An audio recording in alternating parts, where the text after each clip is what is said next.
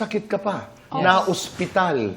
Ayun nga po, isang malaking aral din yun sa akin na pwede ko ding i-share na, kasi after po namin dapat po mag-rehearsal na kami ng finals. Pero dahil, syempre po, trabaho pa rin po ako. So, bumaba po yung immune system ko and for 2 weeks before po nung finals, doon ako na hospital. So, 4 days ako sa hospital.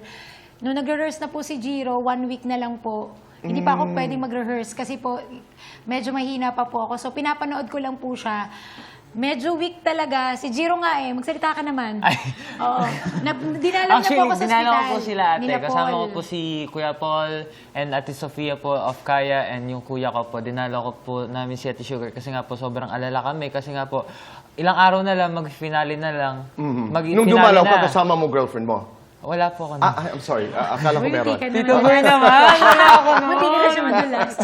Pero yun po, dinalo namin si Ate Sugar kasi nga nag-alala po talaga ako kasi ilang araw na lang. Correct. Finale na tapos wala pa rin kaming training. May tulong ba na kayo'y galing sa mga grupo? Horizon, Sex Bomb?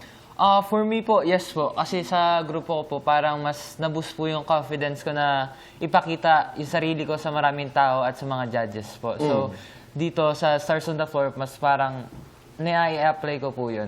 Okay. Malaki po talagang tulong at syempre nandun din yung parang expectation ng mga tao dahil galing ka sa grupong magagaling. So ako po talagang doble-doble po yung nararanasan ko ang gagaling ni Ate Ira, yung expectation na magaling ka rin, ang dun po lahat. Kaya parang imbis na itong step lang yung isipin ko, kailangan isipin ko lahat na hindi rin ako mapahiya. Yung ganun. Kaya po talaga nagpapatong-patong yung emotion po talaga.